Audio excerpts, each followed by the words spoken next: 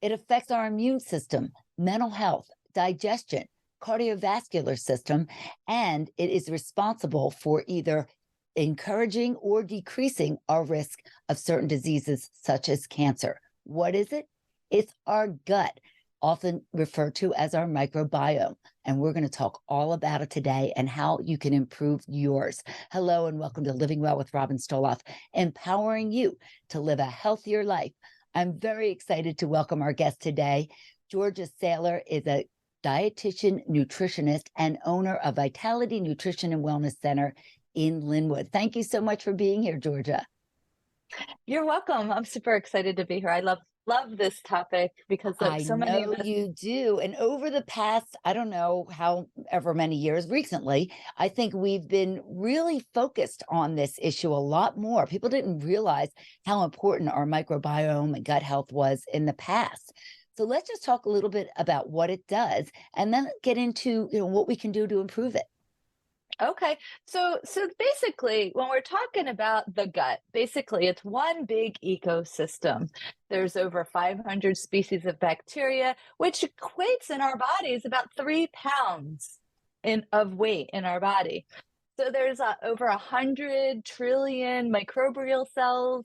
And there's even, this is something most people don't even know, there's 100 times more bacteria DNA than human DNA that are residing in our gut. And if we looked at our gut and we spread it out, it's literally, and you would know this, Robin, it's the size of a tennis court. And so it's quite amazing. And so there's more and more, like you said, more and more research about how this human microbiome and how it interacts to create health or disease, or even weight gain or weight loss. It has an impact. So these inside of these bacteria, we can call them bacteria, we can call them microbes, we can call them bugs. So you might hear me interchanging it, because I really want people to understand that there's good bacteria or good bugs, and then there's bad bugs, right? And that, so we kind of understand that, right? We know that there's, spiders are good. They eat other bugs, right? Like, so, but sometimes we still don't want to see them, but we still have that same impression in our body. But that is what the newest research is stating. We need to focus. Everybody knows, probiotics. I got to eat probiotics, right? Like, I mean, I haven't really met one person that doesn't understand that at this stage. But a few years back, nobody really understood that. But basically what these bugs do is they control our digestion. They control our metabolism and inflammation. And like you said, risk of diseases like cancer. So it's really important to have a symbiotic relationship of these good and these bad bugs. We want them to interact. So Can I kind of just just stop want you to, real quick? You yeah, mentioned sure. probiotics, and I really wanted to ask you a little bit about that because people know about probiotics, but I also want to talk about prebiotics. And I didn't mean to interrupt you. So if you want to finish your thought. Yeah, so let me just go, let me just finish this thought because then we can talk about what Okay. those are. So probiotics are basically those good bacteria. Okay, so that is what they are. Probiotics are the good bugs, the good bacteria. Okay, so we can also use that as a good microbe. Okay, that's what probiotics are. But what they do for us is they produce vitamins, beneficial nutrients, right? They produce molecules that sustain our ecosystem that we were talking about, to have that symbiotic relationship with ourselves. So the goal is balance of those good bacteria and those probiotics. Now, what you're asking about is those prebiotics, and those are super important, just as important as probiotics, right? So prebiotics are basically provide food for the probiotics. So where do we get that from? When we eat plant-based foods, so that when I say plant-based foods, it could be fruits, vegetables, herbs and spices, nuts and seeds, beans, all of those plant-based foods. The fiber that our bodies don't digest, that's where the prebiotics are summoned in. They start to digest that fiber, providing good good balance for us. If we don't eat fiber rich foods, that's where we have a more of those bad bugs happening, and we don't have enough probiotics in there. And when we have too many bad bugs, that's where we're having more inflammation happening. So inflammation that happens inside of the gut is also happening throughout the body. You might, oh, I have a hurt shoulder, my knees are hurting. And note very quickly when people start to clean up their diet, they start to notice, oh, I'm not having as much inflammation. But inflammation can also cause things like leaky gut and, where people have other digestive Sure. issues. Yeah, we hear about leaky gut a lot, but what exactly is that? Okay, so in our gut, we have these like little villi that kind of stick together. And then sometimes what happens is they start to spread apart with, like I said, that inflammation. And then there's openings. So undigested food particles that we're eating go out into the bloodstream. And then now our bodies are starting to fight them off, which could create autoimmune conditions. And of course, other things. You just don't, when you have leaky gut, you could possibly have brain fog, you're having bloating and diarrhea, constipation. I mean, it causes a lot, hormone imbalance, metabolic imbalance. All of this related to our gut health, and the simple fix for this is eating healthier, right? I mean, that's basically what Yeah. it comes down to. It's just hard to believe.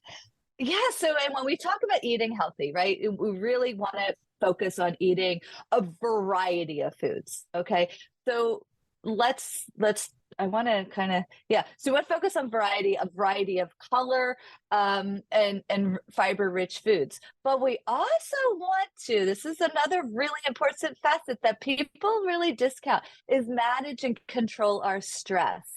Believe it or not, inside of our stomach, we have the enteric nervous system. The enteric nervous system has more nerves as the spinal column. In our digestive system, we produce 80% of those neurotransmitters. The serotonin is produced in our gut. So it's important in other ways to learn to manage our stress, get proper rest, exercise or move your body. Yes. Movement is super Is that important. why it's called the second brain? And there's so many things that say, oh, I feel it in my gut, because there's truth to that, isn't there? There is. So there's actually the vagus nerve that connects the brain to the stomach, right? And that's why it's called the second brain. However, this is something most people don't know. If we cut the vagus brain, the digestive system is brilliant enough to function on its own. So we really need to put more function. It's not just a piece of plumbing. We need to pay attention. What we put in our body really makes a difference. And like back to what we were talking about, I was talking about eating foods and we talked about probiotics. I just want to go back and circle back to that. Yeah. Probiotics can be found in taking supplements, right? Easy, that can be something. But sometimes we might not take what our bodies need, right? That we might just take one we think is good, right? Because it was the cheapest one, right? But that's not necessarily always true. But we could get probiotics from eating yogurt or kefir, sauerkraut, kimchi, green tea, pu'er tea, a nice fermented chocolate. There's all different kinds of ways that we can get those probiotics into our diet. Then there's also something to create food for those probiotics, because basically, if we're going to invest in doing this for our body, we want to make sure that these guys stay there. They're not just traveling and leaving, and then we need to keep doing it. We need to feed them with short chain fatty acids. And short chain fatty acids can come from resistant starches. A little bit of eating a green banana flour, taking our potato or rice and cooking it and cooling it. Those create those resistant starches. When we eat those, we're creating those short chain fatty acids that feed those good bacteria. And I know it can kind of sound a little bit complicated, but you just need to maybe at the beginning of the week, make some, and it could really any grain. It could be oatmeal, quinoa, rice that we cook. Maybe we make a pot, and then throughout the week we heat it up a little bit or cool it. And that's another benefit. How much of it do you need? Because people who are trying to cut their carbs are always worried about that kind of thing. Yes, But do you need a lot of it? No, the microbiome doesn't care about quantity. It really cares about diversity. So like a quarter cup would be enough or a half a cup. But that's the other thing is we really carbohydrates, when I talk about those are good, right? Yeah. Carbohydrates are good foods. Are But then those simple carbohydrates like candy and cookies and cake, right? Those are going to summon bad bugs into our body. And then when we have them, they create more and more food cravings. So, really, we want to minimize our intake of those So that's simple like a carbohydrates. double-edged sword. So there's two things about this. Obviously eat more fruits, more vegetables, beans, and the starches as you're talking about, but also eliminate or at least highly decrease foods such as fried foods and sugary foods, things that can actually harm our microbiome. We're trying to make a step forward and then we'd be taking two steps back. Exactly. You're absolutely right. Like we want to avoid sugars, like fried foods, because those are oxidized oils. We want to reduce or eliminate processed foods. They don't have any benefit. And then the other one is minimizing your alcohol intake. Alcohol does have an impact We've just on. described the American diet. What are we going to do about that, Georgia? Burger, fries, and beer. That's Friday night dinner. True. So, like if we could start to add more, have a salad with that, right? Have some broccoli, that'll be a start, right? It's little Yes. small changes. So it does help, even if you're, having trouble or, it's a little difficult to really eliminate all of that. It does help to add some of the healthy foods in. Oh yeah. Yeah, exactly. Like I said, microbiome doesn't care, but it starts to get a little bit of fiber, it's starting to get a little bit of food. We're going to start to have more balance into our gut or microbiome, however we want to refer to it. Let me talk to you about antibiotics too. I mean, they're good for, we need them for certain things, but they've been overused over the years, and that can create a problem. Yeah, so basically antibiotics, it's exactly what it was. It takes away good and it takes away bad bacteria, right? Hmm. So we're clean. So we really want to only use an antibiotic when it's absolutely necessary. Yes, a lot of people, ask their doctors for them because I think that, sometimes some issues can just clear up on their own, or the antibiotics won't help on them, such as viruses, certain viruses. It's not going to work. So don't push your doctor. Things it's not, and doctors probably won't give it to you. And so I want to talk a little bit more about inflammation. I've known you for a while, and I always have this knee issue that is plaguing me, and I'm trying to stretch more and everything. But I do find when I clean it up a little bit over the holidays, I kind of overdid it. So I'm cleaning up my diet a bit, and my knee and my shoulder starting to feel better. And that could have something to do with it. I don't know, but it seems like it's helping. So that is a big issue as well, because so many people, take go to ibuprofen, or they start taking, types of painkiller type of things when they have these problems, which we don't want to go down that road either. Yeah, so inflammation does play a role, and gut inflammation will affect other parts of the body. And exactly when we clean up our diet and we eat a variety of foods and using antioxidant foods like those berries and there's other things like pignagenol and using antioxidants like turmeric, all of those things, ginger, different kinds of spices can decrease inflammation in the gut, which will once again provide better inflammation throughout the rest of the body. And again, we don't need a lot of it. Just, I think even a couple tablespoons of some sauerkraut or a little bit of yogurt can do it, right? Every day. Agreed. Yeah. Exactly. And that's the American, we have this mentality that we need a lot. No, if we look at other cultures that use these probiotics in their meals, right? Like Indians, for example, might put some pickles on their food, and the Japanese will use miso as a little. Koreans use a teeny bit of kimchi. If you go to and you eat, you see they're just putting a tablespoon or two. It's not a ton. Of course, food is probably the best source, but do you think people should hedge their bets and take pre and probiotics as well? And if so, what should they look for? Okay, so that's a really complicated question. So, yes, a variety of like there's different probiotics if you're going to go buy one that has a variety. I would get one that has like 10 different, like the lactobacillus and the bifidus bacteria. Those would be the ones that I find that most people are lacking.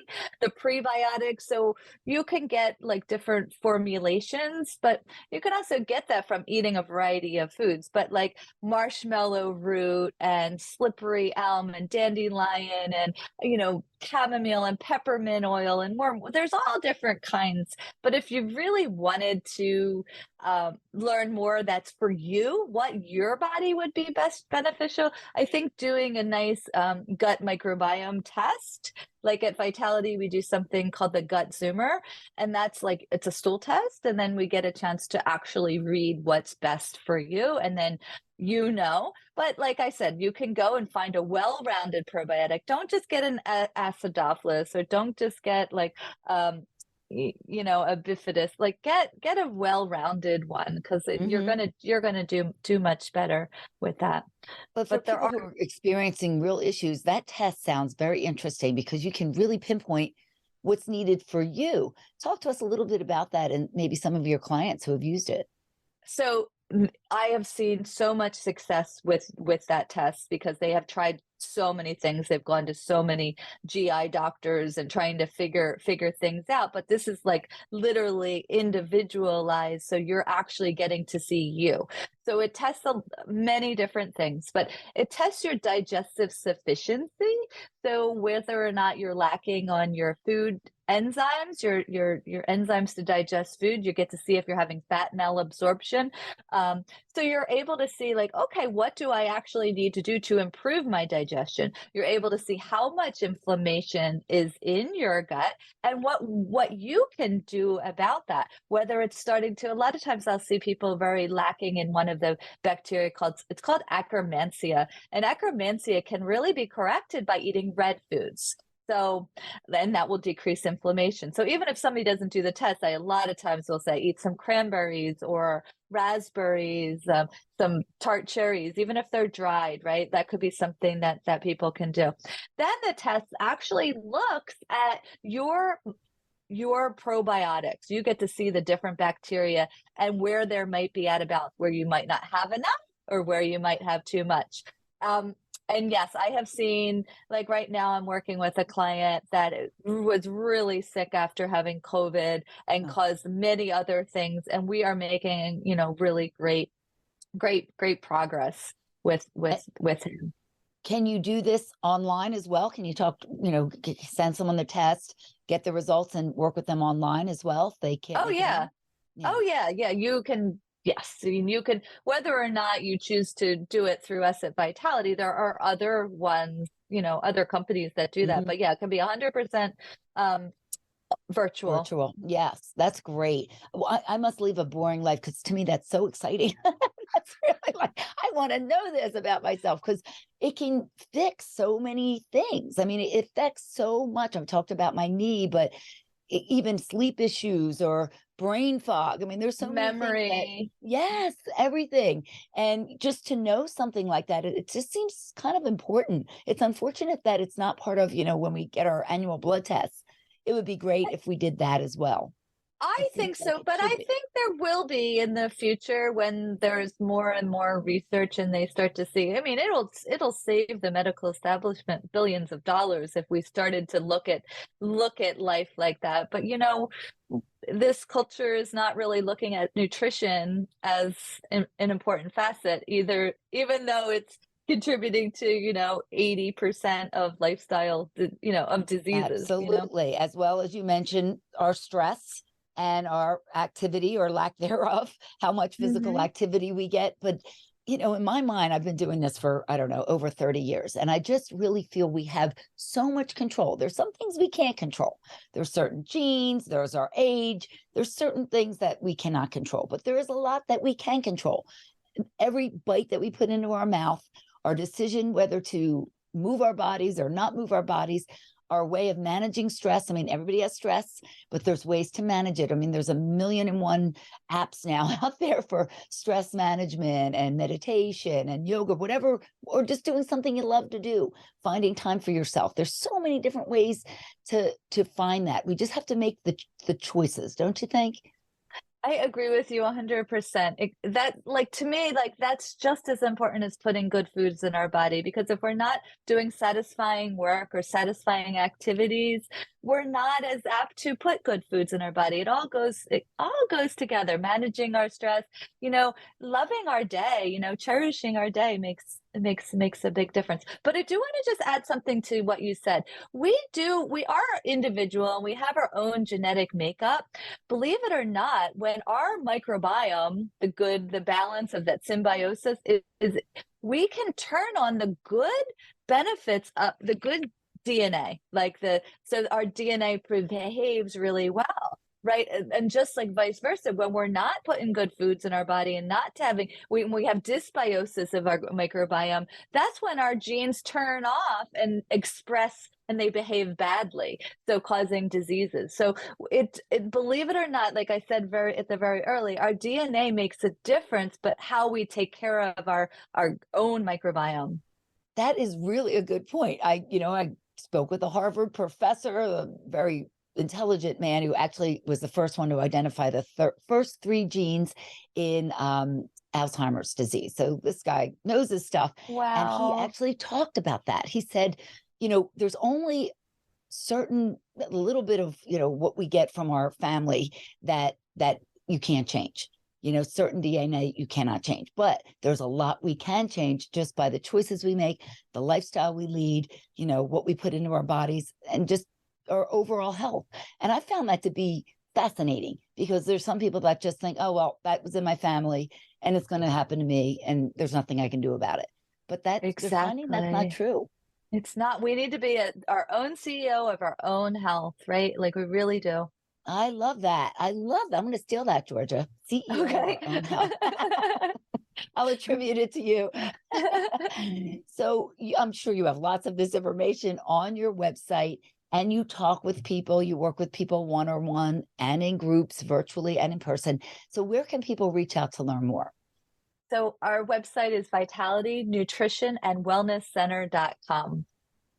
Fantastic. Thank you so much. I thought this was really interesting, a great overview of our gut health, and what we can do to improve it, and some of the steps we can take to eliminate damaging it in the future. So thank you so much for joining us, Georgia. You're welcome. My pleasure. And thank you for being with me today for Living Well with Robin Stoloff, empowering you to live a healthier life. Please don't forget to like and subscribe, and I'll keep you updated on my most recent episode. Until I see you next time, keep living well.